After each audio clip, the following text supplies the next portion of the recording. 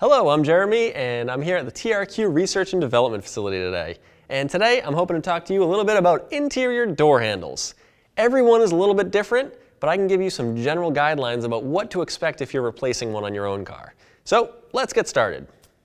Each door panel has a variety of screws and clips that hold it on, and these screws and clips can be hidden in a bunch of different places. One place is down here by the window switch. Sometimes you have hidden screws at the bottom of your door pulls. You can see I've removed this one.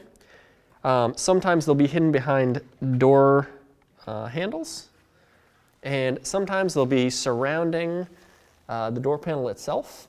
You may also find it behind little lights and a variety of other places. So once you pull out all of the hidden screws on your door, then the door panel will either pull straight off or it'll pull up.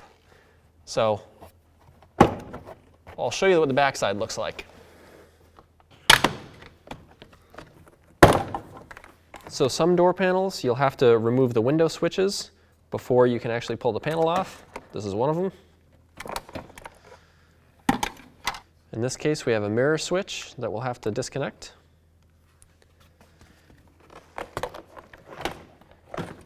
And then you can just kind of pull the door panel off.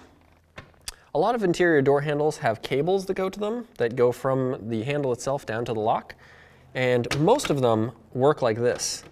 It's actually a lot like a bicycle brake cable.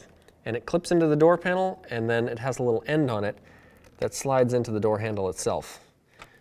So it's very easy to remove. You usually don't require any tools to actually remove it. Again, we have some additional clips. You just push the tab on these to release them. And at that point, you can kind of have your door panel off. You can see these are the types of clips that you're going to find on door panels.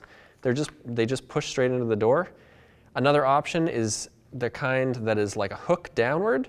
And in that case, you have to lift the door panel straight up to get it off of the door itself. Interior door handles, they often have one bolt in the center that's hidden by a plastic cover, and that gets the door panel off the car. But then on the back side, what you often find is either the door handle will be held on with some screws to the door panel, or it'll be like plastic welded to the panel itself.